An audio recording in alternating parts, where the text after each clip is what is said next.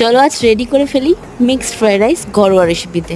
তো আমি ভাতটা আগে থেকে বানিয়ে রেখেছিলাম, চিকেন আর ডিমটা ভেজে রেখেছিলাম, আর ক্যাপসিকাম, পেঁয়াজ আর গাজর তোমরা যা পাবে মোটামুটি কাছে থাকবে, বিনস পারলে বিনস, না থাকলে নো প্রবলেম, ভেজে রেখে দেবো।